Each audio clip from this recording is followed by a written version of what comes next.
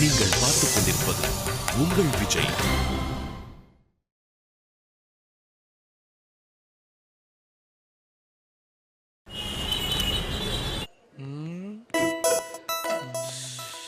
மாமா லட்சுமி வாமா, வா வா வா வா.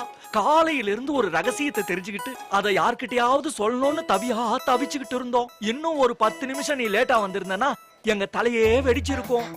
என்னண்ணே, என்ன விஷயம்? சிங்கத்தையே சாச்சு புட்டீங்களேம்மா.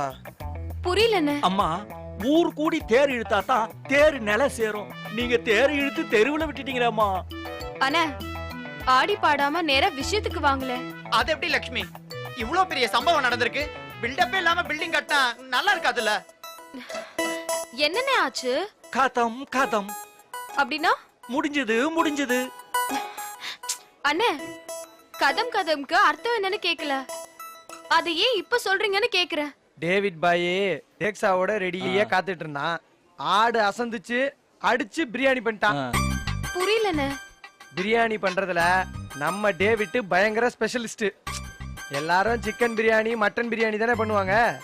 டேவிட் கிட்ட ஒரு காட்ஸில்லாவே கொடுத்தா கூட கப்புன்னு அடிச்சு பீஸே இல்லாம பிரியாணியை பண்ணிவிடுவான். காட்ஸில்லா வால்ல சூப்பையும் போட்டுருவான். காட்ஜில்லா தலக்கறி, காட்ஜில்லா போட்டினே ஒண்ணுத்தையும் விட மாட்டான்.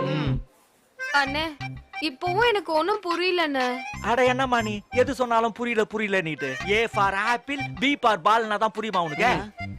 அண்ணே, கொஞ்சம் புரியுற மாதிரி தான் என்னன்னு சொல்லுங்களேன். ஏத்தி விட்ட ஏணியையே எட்டி உதைச்சிட்டாங்கம்மா இந்த ஆபீஸ்ல. அண்ணே, என்ன ஆளை விடுங்க. நீங்க ஆடி பாடி விஷயத்துக்கு வரதுக்குள்ள ஆபீஸே விட்டுடும். அடடே, ராஜீவ் வந்துட்டாங்க மாமா. என்ன லக்ஷ்மி, என்ன சொல்றாங்க மூவரணி? எனக்கு ஒண்ணும் புரியல.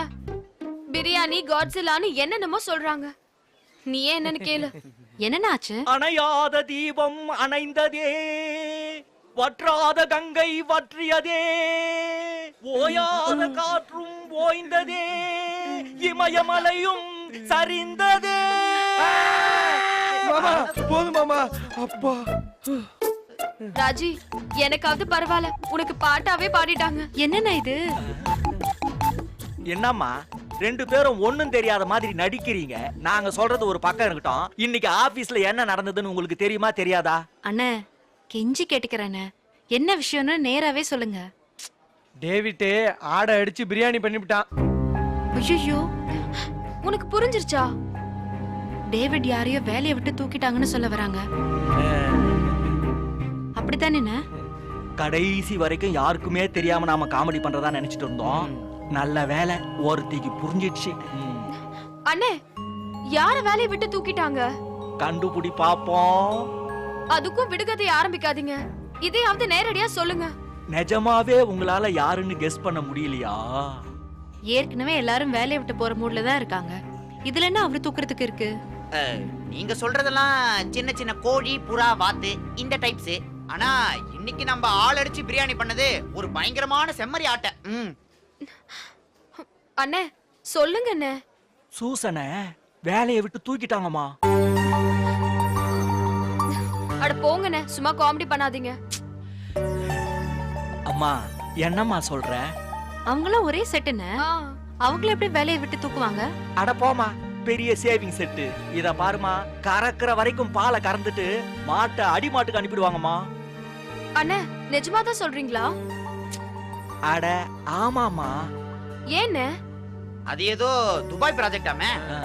தேவாவா? ஆமாமா, அந்த தேவா தான் ஊத்திக்கிச்சான். அதுக்கு இந்த அம்மா தான் காரணம்னு சொல்லி வாசல கை காமிச்சிட்டாங்களாம். என்னென்ன இது அநியாயமா இருக்கு? மா எல்லாம் அப்படித்தான். இருக்கிற வரைக்கும் ஜாலியா இருக்க வேண்டியதுதான். இறங்க வேண்டிய ஸ்டாப் வந்துடுச்சுன்னு கண்டக்டர் விசில் அடிச்சுதான் இறங்கி அடுத்த பஸ் புடிச்சுன்னு போயினே இருக்க வேண்டியதுதான். அடுத்த பஸ் வரலனா பொடி நடையா நடந்து போக வேண்டியதுதான்.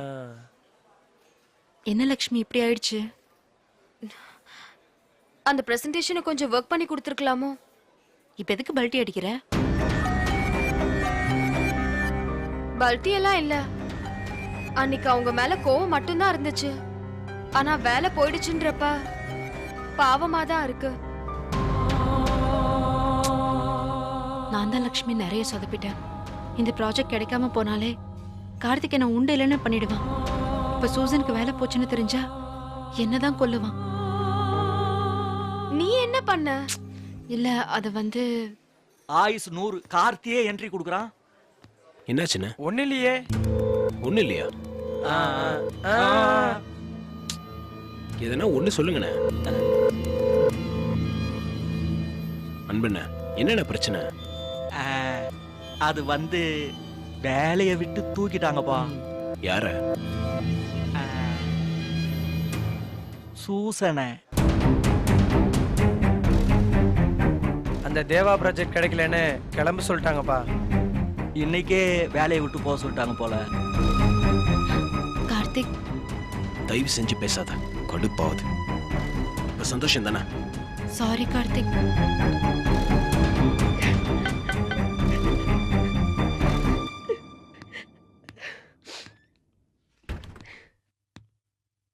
சுசன், ரொம்ப சீக்கிரமா நான் இந்த இடத்துக்கு வந்தேன்.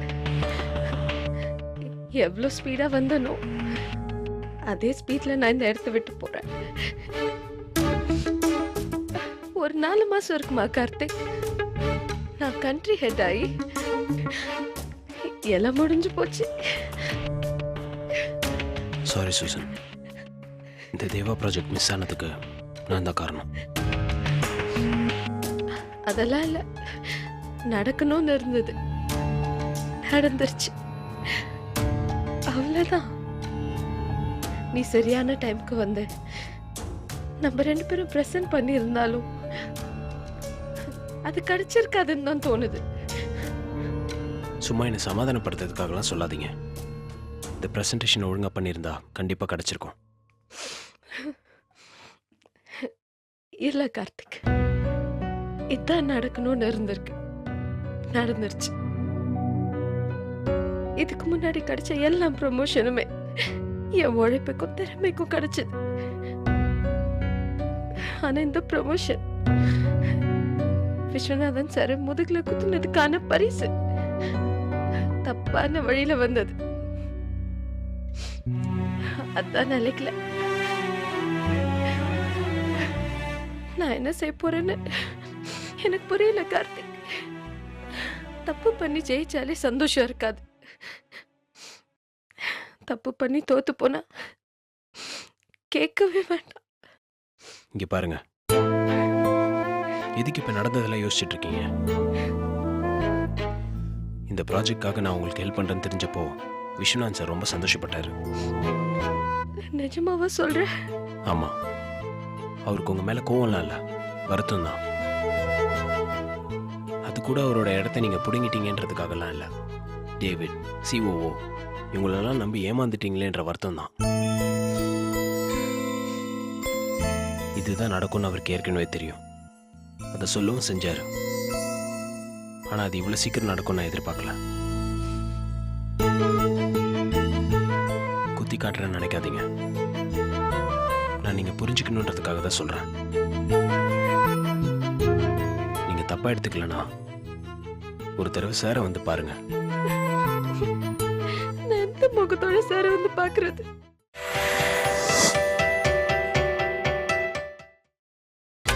நீங்கள் பார்த்துக் கொண்டிருப்பது உங்கள் விஜய்.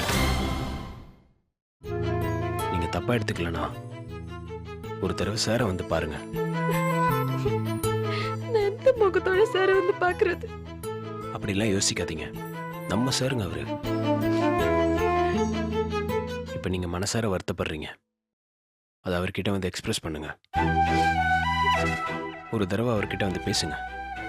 இதெல்லாம் சப்ப மேட்டர் உங்களுக்கே தோணும். பண்றதெல்லாம் பண்ணிட்டு நமக்குன்னு ஒரு பிரச்சனைன்னு வரப்ப அவரை போய் பாக்குற மாதிரி இருக்கும். விடுங்க, அதனால ஒன்றும் தப்பு இல்லை. சந்தோஷமா இருக்கும்போது எல்லாரும் கோயிலுக்கு போறாங்க, கஷ்டம் வரும்போது தானே கோயிலுக்கு போறாங்க. விஸ்வநாதன் சார், நீ கடவுளுங்கிற கரெக்ட் தான். ஆனா அந்த கடவுளை பாக்குற தகுதி தான் எனக்கு இருக்கான்னு தெரியல. என்னங்க நீங்க ஓவரா சென்டிமெண்ட் ஆயிட்டு. விஸ்வநாத் சார் கிட்ட சொல்லி நானே உங்களுக்கு ஃபோன் பண்ண சொல்றேன், போதுமா? இல்ல கார்த்திக், இல்ல, வேண்டாம், நானே பேசிக்கிறேன். அவ்வளவுதான், ஃபோன் பண்ணுங்க, எடுத்து பேச போறாரு. கார்த்திக், கார்த்திக், சொல்லுங்க சூசன். என்னோட புது கார் ரொம்ப கம்மியான ரேட்டுக்கு கேக்குறாங்க. உனக்கு தெரிஞ்ச கார் புரோக்கர் யாராவது இருந்தா கொஞ்சம் பெஸ்ட் பிரைஸுக்கு வித்து கொடுக்கறியா? எதுக்கு இப்ப காரை வைக்கிறீங்க? கார்த்திக், என்னோட நிலைமை தெரியாம பேசாத. நான் உன்கிட்ட சொல்றது எதுவுமே பெருசுப்படுத்தி சொல்றது இல்ல. நிஜமாவே என்ன பிரச்சனையோ அததான் சொல்றேன். நீங்க ரொம்ப குழப்பமா இருக்கீங்க. இந்த மாதிரி சமயத்துல என்ன யோசிச்சாலும் அது தப்பா தான் இருக்கும். அதனால ஒரு 2 நாளைக்கு எதையும் யோசிக்காதீங்க. ஃப்ரீயா விடுங்க. உங்க மைண்ட் கிளியர் ஆனதுக்கு அப்புறம் யோசிங்க. கரெக்டான சொல்யூஷன் கிடைக்கும். அம்மா வர 2 நாளா விடிய விடிய முழங்கால் போட்டு பிரேயர் பண்ணிக்கிட்டே இருக்காங்க. ஏங்க இதெல்லாம் போய் அம்மா கிட்ட சொல்றீங்க? வேற என்ன பண்றது? எனக்கு இருக்கிறது எங்க அம்மா மட்டும்தான். ஏன் ஆபீஸ் போல, கார் எங்க, எதுக்கு வீட்டை மாத்தணும்? இந்த மாதிரி கேக்குற கேள்விக்கெல்லாம் என்ன பதில் சொல்லி சமாளிக்கிறது? அதான் அவங்க கிட்ட சொல்லி சமாளிக்க வேண்டியதா போச்சு. ஏங்க நீங்க தானேங்க அவங்களுக்கு நம்பிக்கை கொடுக்கணும். நீங்களே இப்படி இடிஞ்சு போயிட்டா அவங்க பயந்துருவாங்க. அவங்களுக்கு என்ன பயம்? எனக்கு தான் பயமா இருக்கு. ஏற்கனவே 2 மாசம் சம்பளத்தை ஹோல்ட் பண்ணிட்டாங்க. மோதிர செயினை அடகு வச்சுதான் இஎம்ஐ கட்டி முடிச்சேன். இந்த மாசம் நான் என்ன பண்ண போறேன்னு தெரியல. அப்படிலாம் யோசிக்காதீங்க. உங்க கேலிபர்க்கெல்லாம் ஈஸியா ஒரு வேலை கிடைக்கும். நீங்க முதல்ல உங்களை நம்புங்க. அப்பதான் மத்தவங்க நம்புவாங்க. என்னன்னு தெரியல, ரொம்ப பயமா இருக்கு. முன்னெல்லாம் நேர்மையா இருப்போம், தோத்து போறப்போ கூட நம்பிக்கையா இருக்கும். இப்ப நம்ம நேர்மையா இல்ல, பண்ண தப்புக்கெல்லாம் தண்டனை கிடைக்கிற மாதிரியே இருக்கு. இன்னும் கூட அனுபவிப்பேன்னு தோணுது. பயமா இருக்கு கருத்து.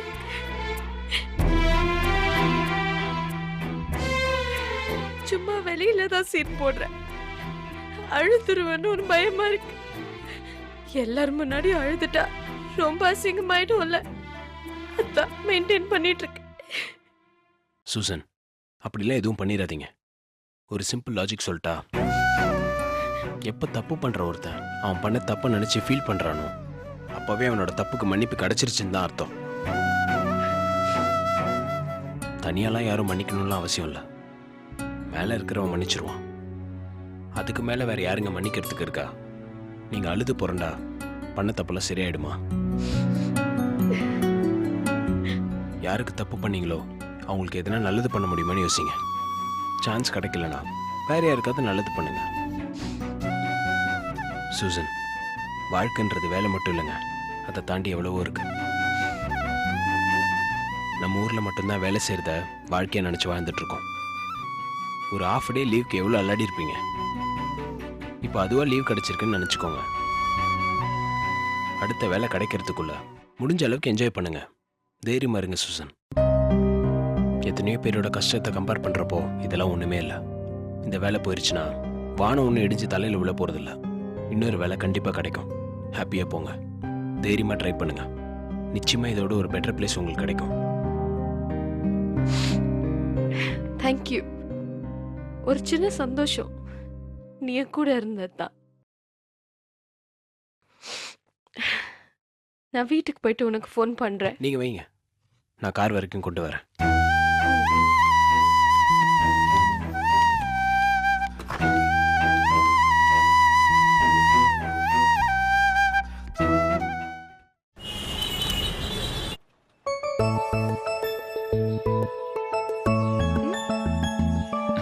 என்ன அப்படி பாக்குற?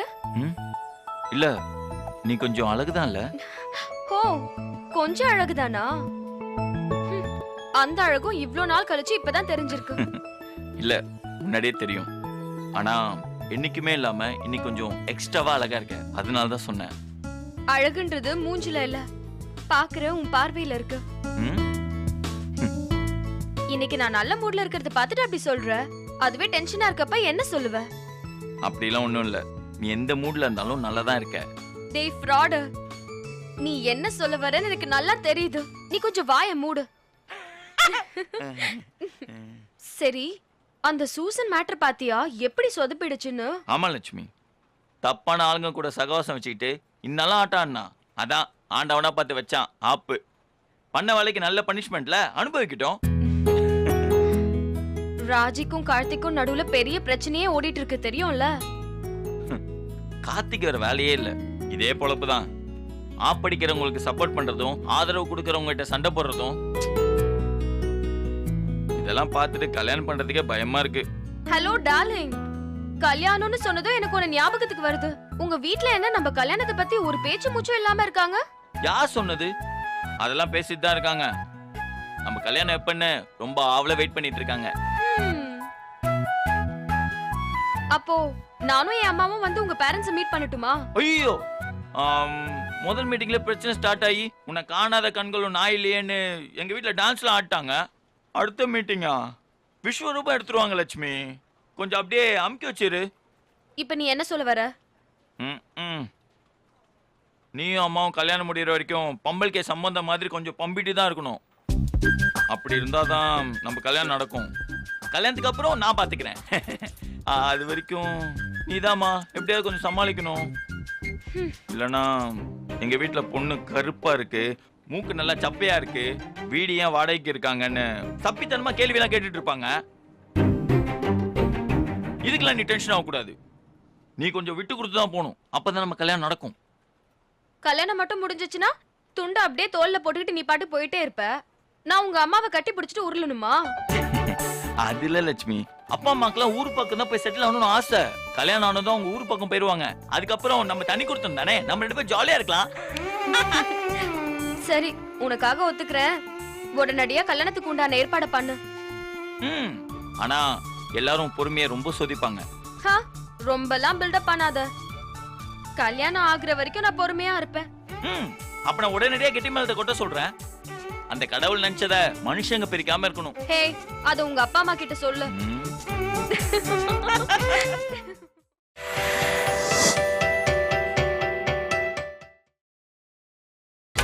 நீங்கள் பார்த்துக் கொண்டிருப்பது உங்கள் விஜய்.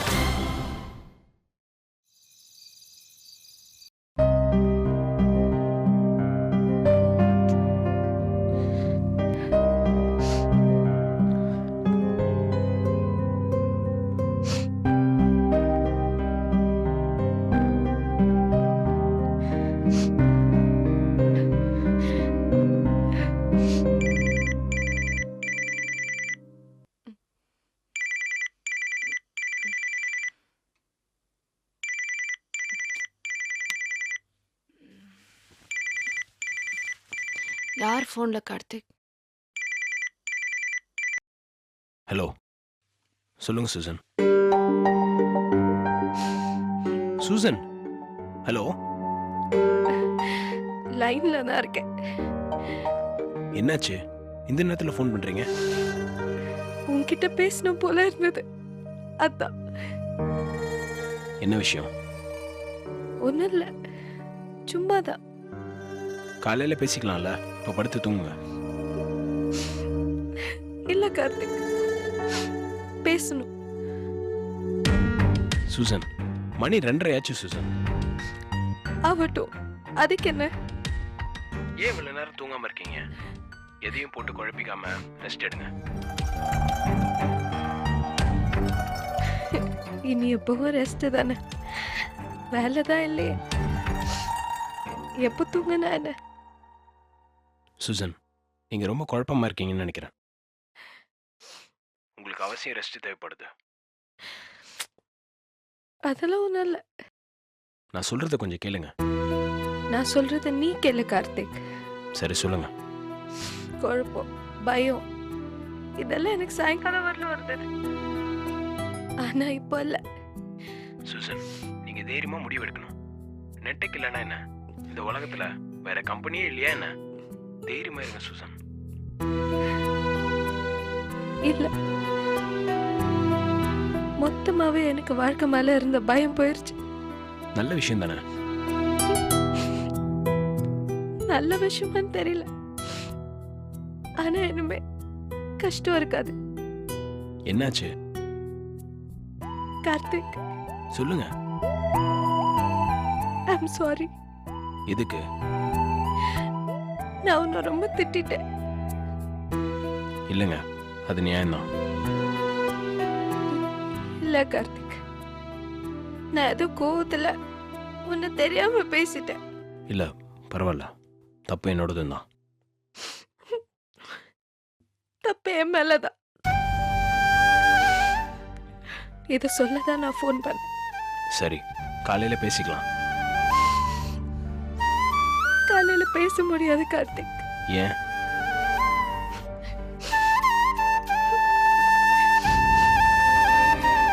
நான் இருக்க மாட்டேன். எங்க போறீங்க? அது ஒரு இடத்துக்கு. அதான் எங்கன்னு கேக்குறேன். சொல்றேன். ஊருக்கு போறீங்களா? கார்த்திக், சொல்லுங்க. தேங்க்ஸ் கார்த்திக். எதுக்கு? எனக்காக நீ செஞ்ச எல்லாத்துக்கும். என்னங்க சொல்ல வரீங்க? Thanks for everything. நீ பண்ணதுக்கு. Sorry for everything. நான் பண்ணதுக்கு. அதை காலையிலே சொல்லாமே. அதான் நான் காலையில இல்லைன்னு சொன்னனே. அதான் கேக்குறேன், எங்க போறீங்க? சொல்றேன் சொல்றேன் கார்த்திக். சொல்லுங்க. எனக்கு ரொம்ப பிடிச்ச ஆள் நீதான். நான் நிஜமா நேசிச்ச ஒருத்த நீதான். நான் யாரால நேசிக்கப்படணும்னு நினைச்ச ஒரே ஆளும் நீதான். சரிங்க.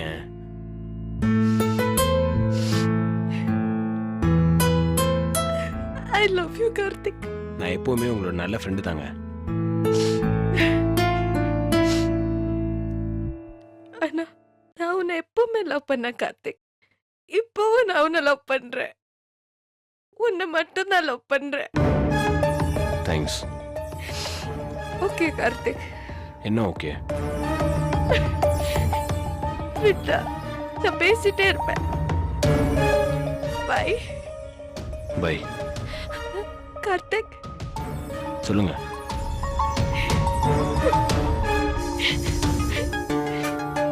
நான் நாளைக்கு எங்க போறேன்னு கேட்டல. எங்க போறீங்க?